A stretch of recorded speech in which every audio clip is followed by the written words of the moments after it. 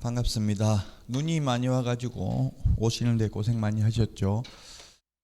자, 오늘 공부할 내용은 부동산 거래, 신고 등에 관한 법률입니다. 공인중개사법은 다 끝났고요.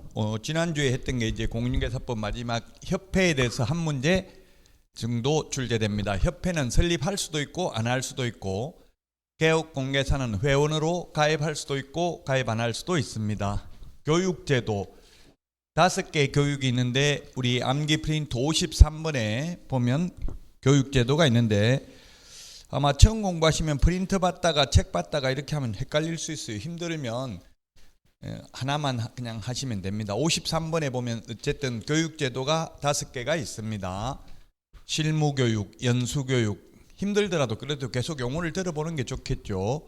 직무교육, 거래사고 예방교육 이런 게 있고요. 그 다음에 수수료는 우리 암기 프린트 52번에 보면 수수료 내는 거 19가지를 정리해 놨습니다.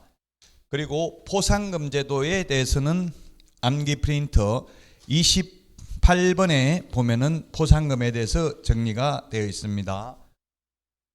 자, 그리고 행정처분 2문제 정도 시험에 출제되는데 암기 프린트 16번부터 20번까지 있고요. 여기서 2문제 정도. 그 다음 행정벌 암기 프린트 21번, 22번, 23번, 26번에 있는데 여기서 2문제 정도 출제됩니다. 단순히 암기해야 되는 내용이 되겠습니다. 자, 오늘까지 하는 게 이제 시험에 거의 8문제씩 나오고요. 다음 주는 사실 그렇게 많이 나오지는 않습니다. 오늘까지 하는 내용이, 특히 오늘 하는 내용도 어렵습니다. 이게 부동산 거래 신고 제도로서 2006년 노무현 정부 때 도입됐습니다. 부동산 실거래 가격 신고제도. 그래서 부동산 거래 신고제도, 주택 임대차 신고제도 이런 내용을 오늘 하고요. 그 다음에 외국인 특례. 특례라는 것은 특별히 예외죠. 특례. 뭐 수원 특례시 이런 말을 하죠. 원래 이제 다른 시에 비해서 특별히 예외를 둔다는 이야기예요. 수원 특례시는 수원에 대해서는 다른 일반 시보다는 용인 특례시 이런 경우는 더 특별히 예산 같은 거에 대해서 혜택을 주겠다는 이야기의 특례시. 근데 여기서 외국인 특례는 외국인에 대해서 특별히 예외를 둔다는 말은 우리나라 사람보다 혜택을 주려고 그러는 게 아니라 우리나라 사람보다 규제하기 위해서 예외를 두고 있습니다. 우리나라 사람은 허가 안 받아도 되는데 외국인은 허가 받아야 되고 이를테면 이런 게 있고요. 자, 그 다음에 토지거래 허가제도. 최근에 뭐 서울에 토지거래 허가구역을 해제하느니 이렇게 뉴스에 나오더라고요. 또 어젠가 뉴스에 보니까 모아타운, 서울의 모아타운에 허가구역을 지정하겠다 또 이런 뉴스도 나오고요. 그래서 토지거래 허가제도 이런 내용들을 공부하도록 하겠습니다. 좀 이 내용이 토지거래 허가제도는 옛날에 국토의계획 및 이용에 관한 법률에 있었습니다. 종전에는. 그래서 공법에 있을 때에도 국토의계획 및 이용에 관한 법률에서 이 부분이 2문제 시험에 출제됐습니다. 그래서 우리 부동산 거래 신고 등에 관한 법률에서도 토지거래 허가제도가 2문제 정도 출제됩니다. 자, 그러면 286페이지 교과서 286페이지 여기가 부동산 거래 신고 등에 관한 법률입니다. 자, 용어의 정의가 있는데 286페이지 밑에 보면 용어의 정의가 나와 있습니다. 그래서 부동산이라는 말도 법마다 다 다를 수 있습니다. 부동산이. 민법에도 부동산에 대해서 용어 정의를 하고 있습니다. 민법 99조 1항에서 용어 정의를 하고 있는데요. 부동산 거래 신고 등에 관한 법률에서 부동산이란 토지, 건축물을 말합니다. 그리고 부동산 등이란 부동산 또는 부동산을 취득할 수 있는 권리를 말하고요. 그 다음에 부동산 또는 부동산을 취득할 수 있는 권리를 부동산 등이라 하고요. 자, 이 말은 뭐냐면 부동산 거래 신고할 때 부동산이란 토지, 건축물, 입주권, 분양권만 부동산 거래 신고 대상이라는 이야기입니다. 즉 임목, 공장재단, 광업재단은 중개 대상물인 부동산에는 해당되지만 부동산 거래 신고 대상인 부동산에는 해당되지 않는다는 뜻입니다. 임목, 공장재단, 광업재단은. 그러면 이렇게 부동산 거래 신고를 하도록 하는 취지는 투기를 방지하고 실거래 가격으로 세금을 내는 뭐 이런 데 의미가 있다고 봐야 됩니다. 그래서 어쨌든 부동산 거래 신고 대상물은 토지, 건축물, 입주권, 분양권만 부동산 거래 신고 대상물이다. 자, 그 다음에 거래 당사자란 매수인과 매도인을 말하며 외국인을 포함한다. 즉 임대인과 임차인은, 즉 임대차의 경우에는 부동산 거래 신고를 하지 않는다는 뜻입니다. 매매 계약만 부동산 거래 신고를 한다는 뜻입니다. 교환 계약도 부동산 거래 신고하지 않습니다. 자, 그 다음에 4번에 임대차 계약 당사자는 임대인과 임차인을 말하고 외국인을 포함한다. 즉 주택 임대차 신고도 임대인과 임차인 거래 당사자가 신고하고 외국인의 경우도 주택 임대차 신고를 해야 된다는 뜻입니다. 2차 과목들은 다 용어정의가 있다. 용어정의가 있다는 말은 이건 국어사전적 의미가 아니라 이 법에서만 쓰는 용어라는 뜻입니다. 국어사전에 부동산이라고 치보면은 이런 뜻이 아닐 수도 있다고. 부동산은 움직이지 않는 것, 한자 말 그대로 하면. 그렇지만 부동산 거래 신고 등에 관한 법률에서는 토지, 건축물, 입주권, 분양권만 신고 대상이다. 매매 계약만 신고 대상이다. 외국인도 신고해야 된다. 이 정도로 기억하시면 되겠습니다. 자, 288페이지입니다. 우리 교과서 288페이지에 보니까 부동산 거래 신고 대상 계약, 조금 전에 이야기했죠? 매매 계약만 신고한다고 했습니다. 교환 계약이나 임대차 계약은 부동산 거래 신고 대상이 아닙니다. 자, 아까 부동산 등이 뭐라고 했습니까? 부동산은 토지, 건축물이고요. 그 다음에 부동산을 공급받을 자로 선정된 지위, 그 다음에 도시 및 주거환경정비법상 관리처분 인가받은 입주자로 선정된 지위, 그 다음에 소규모 주택 정비법상 사업계획 시행 인가로 취득한 입주자로 선정된 지위, 이게 입주권입니다. 그래서 다시 한번 말씀드리면 부동산 거래 신고 대상은 토지, 건축물, 입주권, 분양권만, 그것도 매매 계약만 부동산 거래 신고 대상이다. 교환 계약은 부동산 거래 신고 대상이 아니다. 이 공급 계약 8개 법률인데요. 8개 법률에 의한 공급 계약 부동산 거래 신고 대상입니다. 거기 우리 암기 프린터는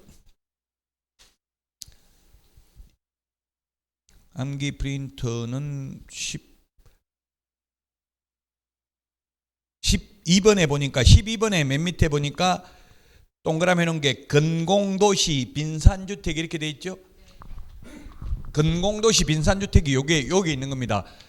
건축물 분양에 관한 법률, 공공주택 특별법, 도시 할 때 도시개발법, 도시 및 주거환경정비법, 그 다음에 빈산주택, 빈집 및 소규모 주택 정비법, 산업입지 및 개발에 관한 법률, 주택법, 택지개발 촉진법, 금공도시, 빈산주택, 이 8개 법률에 의한 공급계약 부동산거래 신고 대상입니다. 그래서 건축물의 분양에 관한 법률이지 건축법이 아니라고. X 건축법이 아닙니다. 암기 프린트 12번 맨 밑에 건축법 아니라고 되어 있죠. 공법에서 건축법, 주택법 차이 나는 게 뭐냐면 주택법은 30호, 30세대 이상, 쉽게 말하면 아파트는 주택법을 적용받고요. 빌라 같은 거, 전원주택 이런 거는 건축법을 적용받죠. 그래서 뭐가 더 규제가 심합니까? 아파트가 더 규제가 심해요. 그래서 아파트의 경우에는 동간의 거리를 인동거리라고 그래요. 인동거리. 101동 거리 제한도 있어요. 아파트의 경우에는. 그래서 우리나라는 통상적으로 아파트가 더 비싸죠. 대체로 보면. 왜냐하면 그 규제를 많이 했기 때문에 더 삶의 질은 향상된다는 이야기입니다. 그래서 근공도시, 빈산주택 이 8개 법률에 의한 공급계약도 부동산거래 신고를 해야 된다. 자, 그러면 요거는 교과서에 없는 걸 제가 신고 절차를 전체적으로 그림으로 그려놨습니다. 부동산거래 신고 절차인데 우리 289페이지 기본서 맨 밑에 보니까 신고 절차 해가지고 290페이지부터 쭉 있는 내용을 제가 그냥 그림으로 정리했어요. 우리 책에는 이 그림은 없습니다. 전체적인 절차를 정리를 했고요. 다시 한번 말씀드리면 부동산거래 신고는 매매계약이나 또는 공급계약, 즉 토지, 건축물 매매계약, 그 다음에 아까 근공도시, 빈산주택 8개 법률에 의한 공급계약의 경우 부동산거래 신고해야 됩니다. 그래서 아파트 분양받아도 부동산거래 신고해야 돼요. 근데 저도 지금 분양받아서 이제 다음 주에 입주합니다. 다음 주 금요일. 그래서 다음 주 수업 없죠. 시간표 보셨어요? 7주 한다고 했잖아요. 7주 강의를 2달 동안 7주 하니까 매달 한 주씩은 빠졌는데 제가 무슨 일이 있을 때 좀 빼도록 하겠습니다. 어차피 7주 하도록 돼 있으니까 스케줄에. 제가 이사 날짜도 또 제 마음대로 정하는 게 아니더라고. 은행 대출하고 이런 게 연계돼 있어서 마음대로 할 수가 없고, 뭐 돈이 여윳돈이 있으면 돈 다 내놓고 키를 받으면 되는데 돈 안 내면 키도 안 주더라고요. 입주도 못 해요. 그래서 어쨌든 아파트 분양받았을 때 부동산 거래 신고를 한 걸 기억을 못 하겠더라고요. 왜냐하면 그 뭐 처음에 서류 가져오라고 하고 막 인감도장 가져오라고 도장을 찍었는데 어디 찍은지 제대로 확인도 안 하고 찍었는데 그게 부동산 거래 신고서에도 도장을 다 찍은 거예요. 제가 신고를 한 게 아니라 그 엑셀 프로그램에 의해서 그 분양하는 회사가 일괄적으로 했기 때문에 저는 한 줄도 기억도 안 나는데 했어요. 보니까 해야 돼요. 부동산 거래 신고도. 왜냐하면 개별적으로 하라고 하면 안 하는 사람이 한 명은 생길 수 있잖아요. 몇백 명 되면. 그러니까 회사에서 일괄적으로 공급계약의 경우는 부동산 거래 신고를 해요. 아파트 분양받으면. 공급계약도 부동산 거래 신고해야 돼요. 아파트 최초로 분양받는 걸 공급계약이라고 하죠. 예, 공급계약도 부동산 거래 신고해야 되고요. 매매계약 신고해야 되고. 그러면 안 하는 게 뭐라고 했어요? 교환계약 부동산 거래 신고 대상 아닙니다. 주택 그 상가 임대차도 부동산 거래 신고 대상 아닙니다. 다만 주택의 경우에는 주택 임대차 신고 제도가 있기는 합니다. 따로. 자, 신고를 며칠 이내에 하냐면 계약일로부터 30일 이내에 신고관청에 신고를 합니다. 이때 신고관청이란 우리 교과 여기 지금 290페이지 있는 게 지금 1번에 보니까 신고기한 맨 위에 첫 번째 줄에 30일 있죠. 이 칠판에 그걸 전부 정리해 놨다고요. 30일이고요. 그 다음에 신고를 어디 하느냐. 2번 신고 의무자 나와 있죠. 신고 의무자는 누구라고요? 거래 당사자가 신고를 해야 됩니다. 다만 국가 등이 계약 일방 당사자인 경우는 국가 등이 신고를 해야 됩니다. 책에 여러 페이지에 걸쳐져 있는 내용을 칠판에 지금 한 장으로 정리를 한 거라고요. 그래서 처음 하면 당장 이해가 안 될 수도 있어요. 그러나 시험 볼 때까지 계속 또 3, 4월에 5, 6월에까지도 계속 기본 이론을 하니까 걱정 크게 안 하셔도 됩니다. 자, 신고를 하는데 어디다 하냐면 신고관청에 신고합니다. 신고관청 290페이지 맨 밑에 우리 교과서에 보니까 신고관청은 시장, 군수, 구청장이에요. 부동산 소재지 시장, 군수, 구청장. 만약에 이천에 아파트 분양받았다면 집은 여주에 있어도 이천시장이 신고관청입니다. 신고 받아주는 관청을 신고관청이라고 합니다. 자, 그 다음에 신고를 하면 지체 없이 신고필증을 발급합니다. 신고필증을 발급받으면 계약서 검인받은 것으로 봅니다. 자, 그리고 만약에 계약이 깨졌다면 30일 이내에 해제 등의 신고를 해야 됩니다. 그리고 국토교통부 장관은 이 검증체계를 구축 운영해야 됩니다. 그 검증체계에서 검증을 하는 사람은 신고관청입니다. 그래서 여러분들이 다른 보통의 거래에 비춰볼 때 너무 싸게 30% 싸게 또는 30% 비싸게 거래를 하면은 연락이 올 가능성이 있어요. 신고관청이 검증체계에서 검증을 하고요. 그 다음에 신고관청은 조사를 해가지고 만약에 위법행위가 있으면 고발을 하고요. 그리고 세무서장에게 통보합니다. 그리고 그 결과를 신고관청이 조사한 내용을 시도지사에게 그 우리 암기 프린트 50번 암기 프린트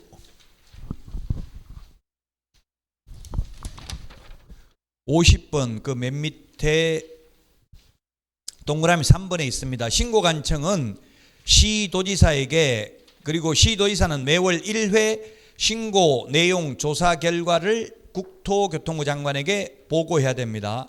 시도지사는 매월 1회고요. 그 다음에 신고관청은 시도지사에게 언제 한다는 규정은 없습니다. 이게 부동산 거래 신고 절차입니다. 책에 있는 여러 페이지에 있는 내용을 지금 한 장으로 그려놨기 때문에 처음에는 좀 어려울 수 있습니다. 자, 신고 다시 그러면 290페이지 했던 내용입니다. 신고 의무자는 신고는 계약일로부터 아까 30일 이내라고 했죠. 그리고 거래 당사자 직거래한 경우 거래 당사자가 공동으로 신고해야 되고요. 계약 일방 당사자가 국가 등인 경우에는 국가 등이 신고를 해야 되고 또 한 명이 신고를 거부하면 다른 상대방이 단독으로 부동산 거래 신고를 할 수 있습니다.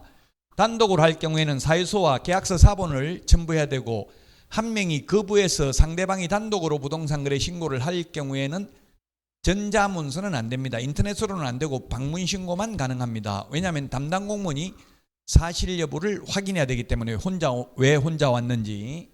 그 다음에 중개거래인 경우 개업공개사가 개입되어서 거래가 이루어졌다면 개업공인중개사가 부동산 거래 신고를 해야 됩니다. 그 다음에 공동중개를 했다면 그 공동중개에 관여한 모든 개업공개사가 부동산 거래 신고를 같이 해야 됩니다. 이렇게 같이 부동산 거래 신고를 해야 된다, 이 말은 거래 당사자가 신고해야 된다는 것은 매수인 매도인이 둘 다 신고관청에 반드시 방문해야 된다는 뜻은 아닙니다. 신고서에 서명 또는 날인을 둘 다 해야 된다는 뜻입니다. 제출은 한 명이 제출을 할 수 있습니다. 제출은 한 명이 해도 되는데 신고서에 서명 또는 날인을 공동으로 해야 되기 때문에 법조문에는 공동으로 신고한다라고 되어 있습니다. 반드시 같이 갈 필요는 없습니다. 자, 신고사항입니다. 292페이지까지 있는데 이 내용은 암기 프린트는 13번에 있습니다. 암기 프린트는 13번. 암기 프린트는 13번이고 교과서는 92페이지에 있습니다.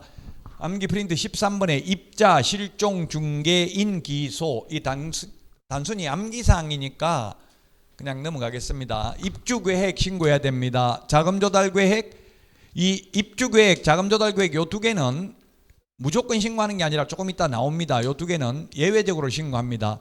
실제 거래가격, 부동산 등의 종류, 개업공개사 인적사항, 계약체결일, 중도금, 잔금 지급일, 거래 당사자 인적사항, 계약 조건, 기한.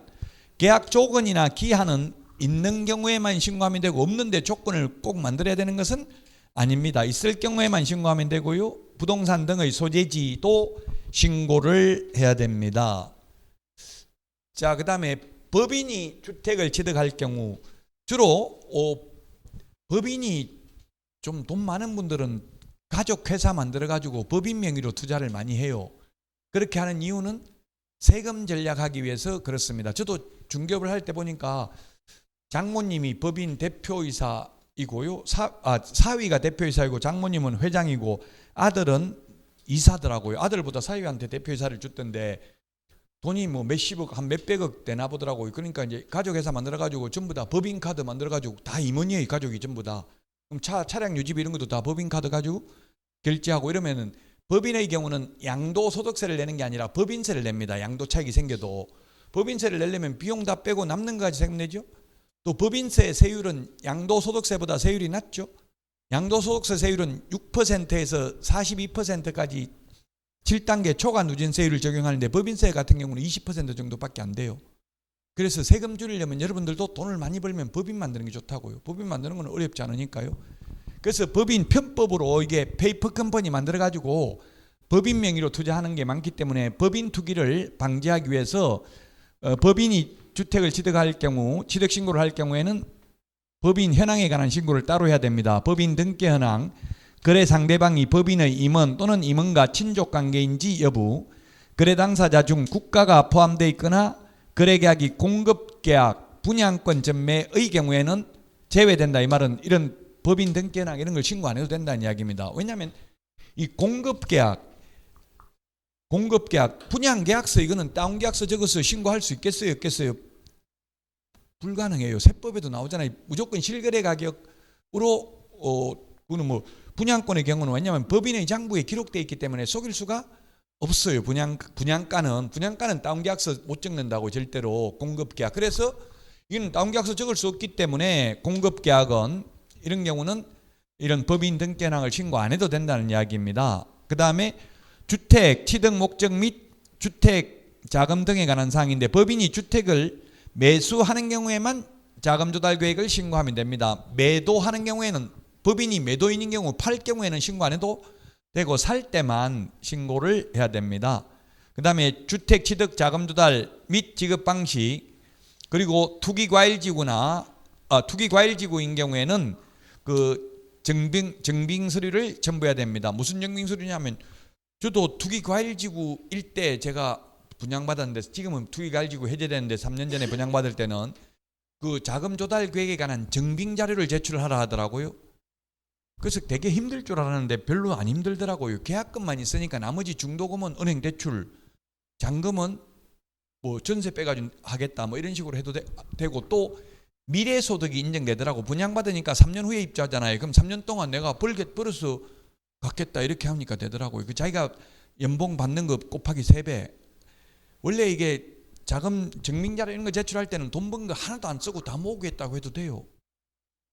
생활비는 자식들한테 받아서 쓰겠다, 친척한테 받아 쓴다 이렇게 해도 돼. 생활비 받아 쓰는 거는 세금 안 내도 돼요. 자식한테 생활비 주는 거 그게 진짜 생활비로 썼으면 학비 같은 거 이런 거는 대주도 몇 천만 원 외국에 학비 대주도 그 증여세 이런 거 내지 않는다고요. 학비나 생활비 대주는 거는 그 자식이 부자거나 부모가 부자면 자식들한테 생활비 대주도 돼요. 한 달에 한 500만 원 정도 주도 된다고요. 세금 안 내고. 그 대신에 그걸 생활비로 써야지 다른 용도로 쓰면 안 된다는 건 입증은 해야 되겠죠. 나중에 세무조사가 나온다면. 그래서 투기과일지구는 증빙자를 제출해야 되는데 지금은 투기과일지구가 서울에 뭐 강남구하고 일부 뭐 용산구하고 몇 군데밖에 없어요. 한 3군데밖에 없어요. 투기과일지구가. 옛날에는 거의 다 투기과일지구였다고요. 그때 투기과일지구일 때 이천이 이런 투기과일지구나 조정대상 지역이 아니어가지고 이천이나 평택 이런 데가 굉장히 많이 올랐었죠.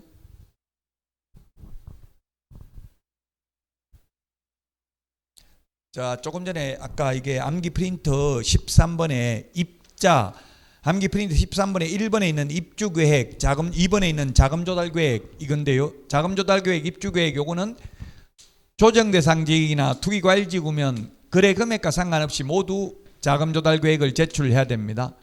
자금 조달 제가 제출해 보니까 자금 조달 계획 제출하는 거는 전혀 문제되잖아요. 그냥 돈 벌어서 갖겠다 이렇게 하면 끝이에요. 근데 증빙자료 제출하는 게 문제예요. 증빙자료는 통장, 잔고증명서 이런 것까지 떼가서 제출을 해야 돼요. 계획, 자금 조달 계획은 별로 어려운 게 아니고요. 그 다음에 비규제 지역인 경우는 즉 조정 대상 지역이나 투기과일지구가 아닌 경우에는 개인은 6억 이상, 법인은 모든 거래에 대해서 자금 조달 계획을 제출해야 됩니다. 지금 2천 같은 데도 분양가가 요즘 6억 넘죠 대부분. 그럼 6억 넘으면 자금 조달 계획 제출해야 된다고요. 계획이니까 앞으로 벌어서 열심히 벌어서 조달하겠다 이렇게 하면 된다고요. 계획은 어렵진 않아요. 근데 투기과일지구는 증빙자료를 제출해야 된다. 증빙자료면 매매대금 어디서 통장 그냥 뭐 벌어서 갖겠다 안 되고 통장에 잔고증명서 이런 것까지 떼내야 된다고요.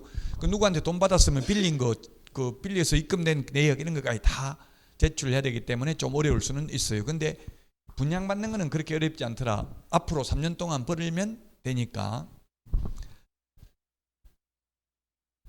6억 이상입니다. 6억 이상. 초과가 아니라 이상. 이상이라고 하면 그 숫자 포함이죠.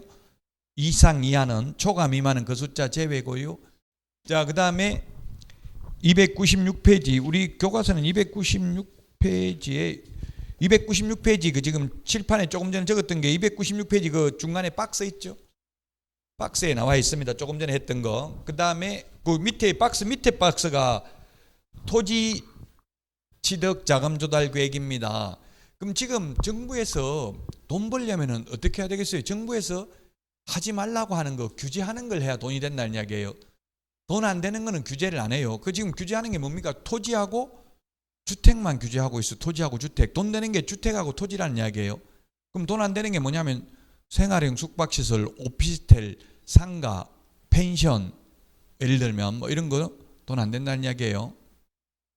지금 상가는 판교 이런 데마저도 공실 상가가 엄청나게 많대. 심지어 판교 같은 데 집값은 엄청나게 올라도 신도시 같은 데는 거의 뭐 상가가 거의 30% 이상 공실로 비어 있어요. 대부분의 지금 신도시가. 판교 같은 데는 지금 10년도 넘었는데도 아직도 공실이 있다고요.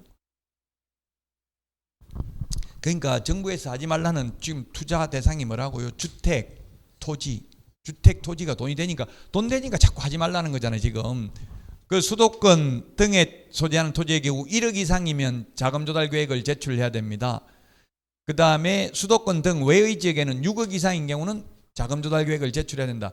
이게 자금 조달 제출하는 거는 어른들은 큰 문제가 없어요. 문제가 뭐냐면 미성년자가 뭐 6억씩 사면은 돈 어디 나는지 뭐 번 것도 없잖아요. 그럼 부모한테 받았다. 그럼 부모한테 받았으면 세금 내라는 이야기예요. 그럼 투기 못하게, 부모 돈 가지고 투기 못하게 미성년자들을, 실제 서울에서 뭐 10몇 살 먹는 애가 20억 투자하고 이런 게 적발돼 가지고 이런 게 생긴 거예요. 어른들은 이때까지 뭐 모은 돈 있다, 또 다음에 벌겠다 하면 된다고요. 큰 자금 조달 계획이니까. 단 미성년자는 벌겠다는 게 말이 안 되잖아요. 10살 먹는 애가 뭔 돈을 벌겠냐. 그럼 누구한테 받았으니까, 받았으면 받은 금액 세금 내고 하라는 이야기예요. 자, 그 다음에 지분거래인 경우, 수도권 등의 경우에는 금액과 상관없이 토지취득자금조달계획 제출해야 되고요. 수도권 등 외의 지역은 6억 이상인 경우에 자금조달계획을 제출해야 됩니다. 이거는 암기 프린트 13번에 맨 밑에 있습니다. 암기 프린트 13번 맨 밑에.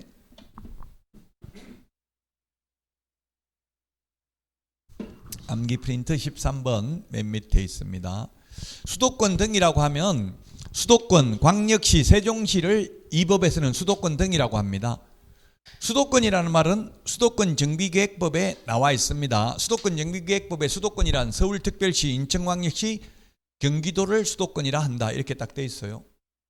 그 수도권 등이란 광역시, 세종시를 합해서 수도권 등이라고 용어 정의를 했다는 이야기입니다.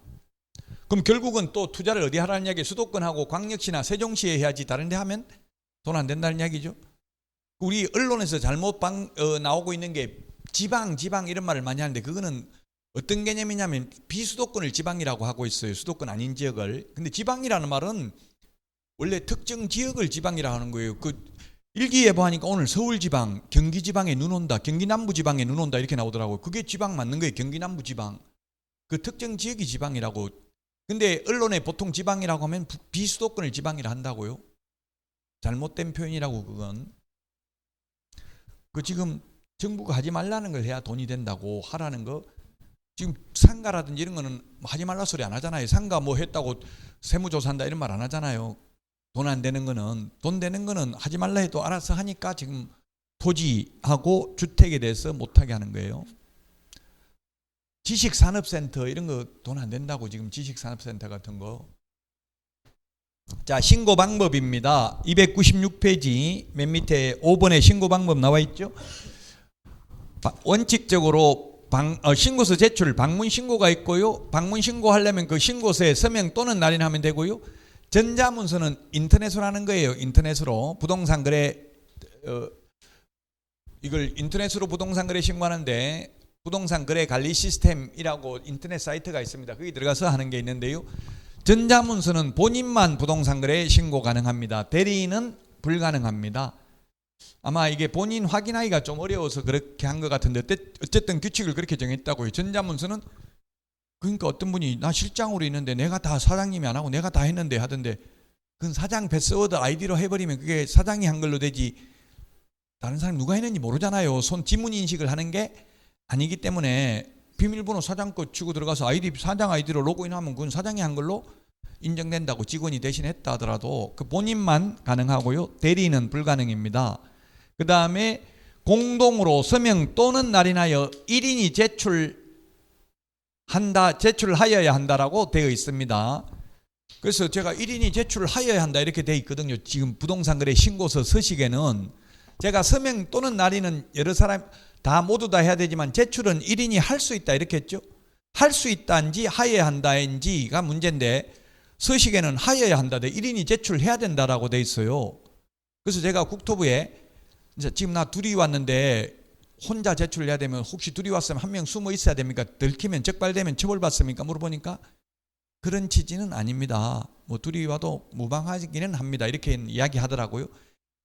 악법도 법이라고. 지금 서식에는, 부동산 거래 신고서 서식에는 1인이 제출하여야 한다 이렇게 돼 있다고요. 좀 모순이죠. 둘이 갔다고 큰 문제 될 건 없잖아요. 근데 어쨌든 제출은 1인이 하되 서명 또는 날인은 모든 개업공개사가 다 해야 된다. 그냥 그렇게 기억을 하십시오. 그리고 신고하러 가는 사람 신분증은 제시해야 되고요. 계약서는 가져갈 필요 없습니다. 원칙적으로는. 중개거래인 경우는 개공이 개업공개사입니다. 개업공개사만 서명 또는 날인해서 신고하면 되고, 매도인, 매수인은 중개거래일 경우에는 신고서에 서명 또는 날인하지 않는다는 이야기입니다.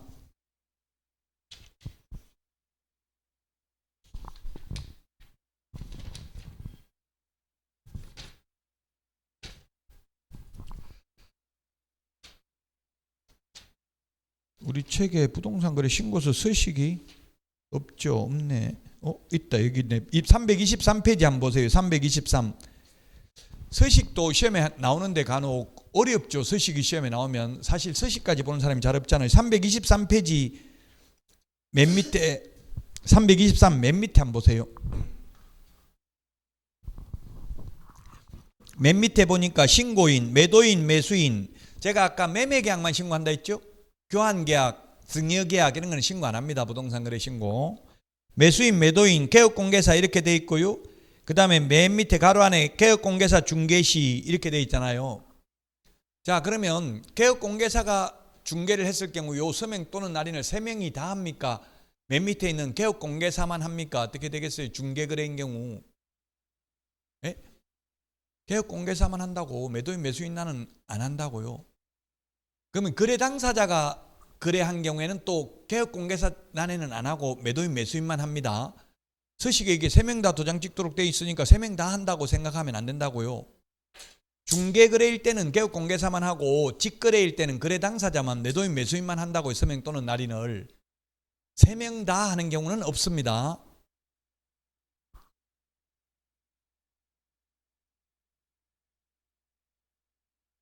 자, 그 다음에 제출 대행입니다. 297페이지 제출 대행. 그게 동그라미 리얼에 있네. 리얼 297 중간에 동그라미 리얼에 신고서 제출 대행인데요. 전자문서인 경우는 대행이 안 되고 본인만 할 수 있고요. 방문신고는 본인이 할 수도 있고 대리인이 할 수 있습니다. 제출을 대행하는 경우 거래 당사자를 대행하는 경우에는 자필 서명 있는 위임장하고 그 본인의 신분증 사본이 있어야 됩니다. 다만 법인을 대행하는 경우에는 법인 인감 날인한 위임장이 있어야 되고 법인 인감증명서가 있어야 됩니다. 개업공개사를 대행해서 신고하는 경우는 오직 소속공인중개사만 가능하고 중개보조원은 대행해서 신고할 수 없습니다. 소공이 소속공인중개사입니다.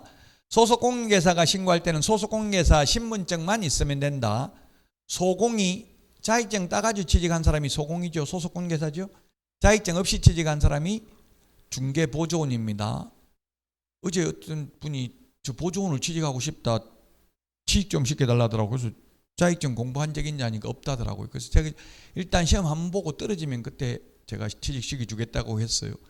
떨어지더라도 시험 공부를 한번 해봐야 어떻게 돌아간지를 어느 정도 알아야 취직을. 아무것도 모르는데 손님이 뭐 물으면은 아무것도 모르면 문제가 있잖아요. 그래도 1년 공부해가지고 만약 떨어지면 그래도 돌아가는 내용은 어느 정도 말은 들어봤기 때문에 취직해도 된다고요. 근데 전혀 뭐 소공이 뭔지 보조원이 뭔지 이것도 모르고 취직하기는 쉽지가 않다는 이야기입니다. 자, 신고 필증 발급입니다. 지체 없이 발급한다고 했고요. 신고 필증 받으면 금인받은 것으로 본다고 했고요. 법인 신고서 등이 제출된 때 부동산 거래 신고 필증을 발급한다. 법인의 경우 자금 조달 계획서가 제출돼야 돼요. 그래서 서울 서초구에 2억짜리를 미성년자 11살짜리가 당첨됐는데 포기했더라고, 계약을. 왜냐하면 11억 돈 어디서 나는지 자금 조달 계획 제출하라고 하니까 부모한테 받았다 하면 11억이 돼서 세금 증여세 내야 되겠죠. 그러니까 그냥 괜히 그러면 또 돈 노출되는 걸 부모들이 끓이고 이래가지고 그냥 계약 포기한 건이 있었어요. 그 이게 미성년자 투기가 늘어나면서 이렇게 생겼다고요. 심지어 또 미성년자가 법인 만들어가지고 대표이사 하면서 자기 아버지한테 미성년자가 빌린 거예요. 법인이 빌려가지고 이자까지 주고 아버지한테. 그러면 아버지는 그 이자 받아가지고 현금으로 찾아가지고 다시 미성년자한테 주고 이런 식으로 편법 증여조 세금 안 내고 이런 것들이 많이 서울에서 적발됐었습니다. 그래서 이 법인에 대해서 규제를 강화하게 되었고요. 전자계약 시 부동산 전자계약 시스템에 의해서 전자계약서를 작성했다면 부동산 거래 신고서를 제출한 것으로 봅니다. 전산에 다 연계되어 있기 때문에. 우리나라가 전자정부 세계 지금 5위입니다. 세계에서 5번째 이게 인터넷이 잘 되어 있다는 이야기예요. 인터넷 속도 같은 거는 우리나라가 세계 1위죠. 거의. 호주 이런 데는 인터넷에 뭐 이게 유튜브에 뭐 하나 올리려고 하니까 10분씩 걸리더라고. 뭐 하나 올리려고 하니까. 우리는 한 1분만 걸려도 그냥 안 쓰죠. 너무 오래 걸리니까. 우리나라가 세계 1위인 게 굉장히 많아요. 인터넷 세계 1위고 도로율 세계 1위입니다. 도로 최고 잘 돼 있어요. 우리나라가. 고속도로 이런 거. 뭐 독일 같은 데 아우토반 속도 제한 없지만 우리나라처럼 이렇게 잘 돼 있는 나라는 없더라고. 유럽 같은 데는 가보면 지금 400년 전에 도로 그대로 있어요. 재개발 안 하고 그냥 옛날 오래된 건물 그대로 있어가지고 화장실도 없고 차 댈 때도 없어요. 자, 해제 신고입니다. 299페이지입니다. 299페이지 해제 신고, 계약 깨진 경우입니다. 계약이 깨졌으면 해제 등이 확정됐으면 30일 이내에 해제 신고를 해야 되고요. 거래 당사자인 경우 거래 당사자가 공동으로 신고할 의무가 있고요. 한 명이 거부했으면 그 입증 서류를 제출해서 단독으로 신고할 수 있습니다.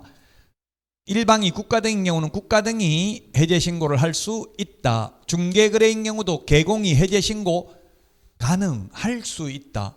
부동산 거래 신고는 중개거래일 경우 반드시 개공이 해야 되죠. 근데 해제 신고는 누구에게만 의무가 있다? 거래 당사자에게만 있고 단 개공은 할 수 있다. 왜냐하면 무효 취소 해제인데 계약이 무효 취소 해제되는 거는 무효 소송해가지고 3년 만에 확정될 수도 있어요. 그럼 개업공개사는 자기가 중개를 해줬다 하더라도 그 계약이 깨진 걸 모를 수도 있죠. 몇 년 후에 소송해가지고 계약이 무효 취소 해제될 수 있으니까.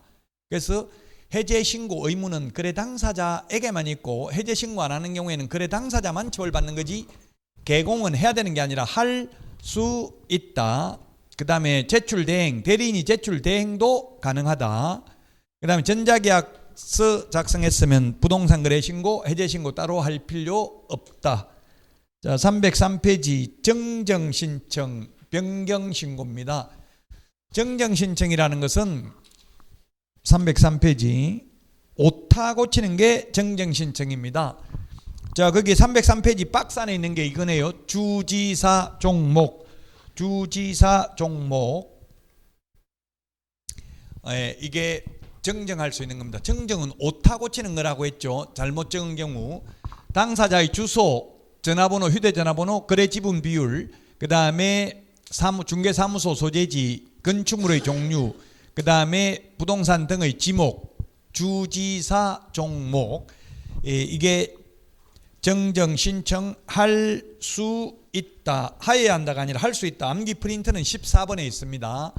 암기 프린트는 14번에 있는데 정정 신청할 수 있다.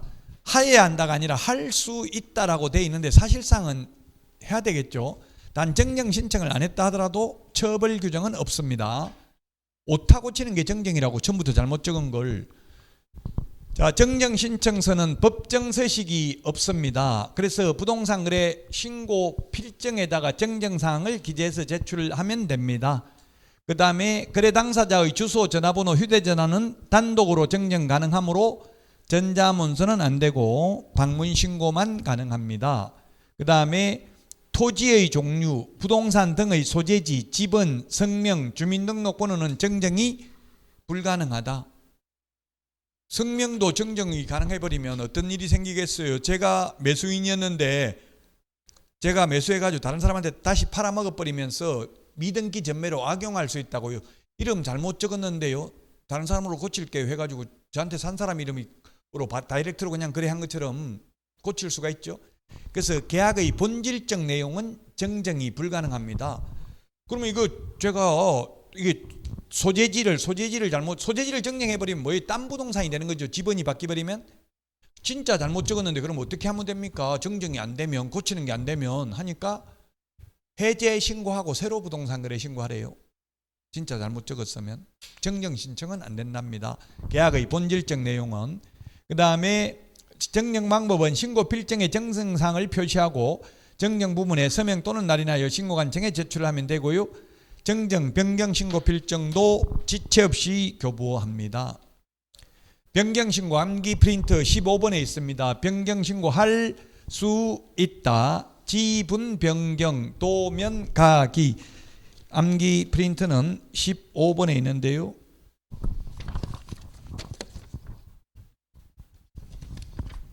우리 교과서는 304페이지에 있습니다. 304페이지, 305페이지에 있는데 암기 프린트 15번에는 보면 그 9번 있죠. 9번. 지금 우리 여기 칠판에 9번이 빠졌어요. 암기 프린트는 9번 있잖아요. 15번에 9번.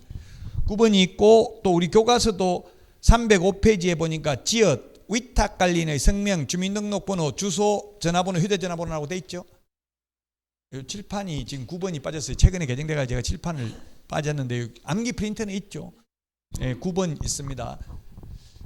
지분 변경 도면 가기, 여기에다가 위탁관리인의 성명, 주민등록번호. 위탁관리인은 뭐냐 하면 외국인이 부동산을 지정해 놓고 우리나라에 주소나 거소를 두지 않는 경우에는 위탁관리인을 지정해서 신고해야 되는데 이런 것들을 변경할 수 있다는 이야기입니다. 위탁관리인을 바꿀 수 있다는 이야기입니다. 단순히 암기하는 내용이니까 지분 변경 도면 가기 읽어만 보고 넘어가겠습니다. 일단 정정하고 변경의 차이점이 뭐냐 하면 정정은 처음부터 잘못 적은 거 오타를 고치는 게 정정이고요. 변경은 처음부터 잘못 적은 게 아니라 추후에 합의에 의해서 내용을 변경한 경우를 말하는 겁니다. 다 할 수 있습니다. 거래 당사자 또는 개업공개사가 신고서에 서명 또는 날인하여 신고관청에 제출하면 되고요. 면적 변경 없이 가격을 변경하는 경우에는 계약서 사본 등을 제출해야 된다. 면적 변경도 없는데 갑자기 가격을 합의해서 바꾼다는 것은 비상식적이잖아요. 그래서 그런 경우는 계약서 사본을 제출해야 된다. 진짜인지 확인하려고. 그 다음에 등기 신청 전에만 변경이 가능하고 등기한 후에는 합의해서 변경이 안 돼요. 그럼 등기하고 합의해서 변경이 되는데 어떻게 하면 됩니까? 물으니까 그는 또 새로 변경된 부분은 새로 부동산 거래 신고를 하랍니다. 등기하고 났으면. 예를 들면 100제곱미터만 취득하기로 했는데 합의해가지고 200제곱미터로 바꾸려면 100제곱미터 이미 등기됐잖아요. 그럼 추가로 100제곱미터 새로 부동산 거래 신고를 하랍니다. 자, 여기까지 하고 주택임대차 신고부터는 쉬었다가 하도록 하겠습니다.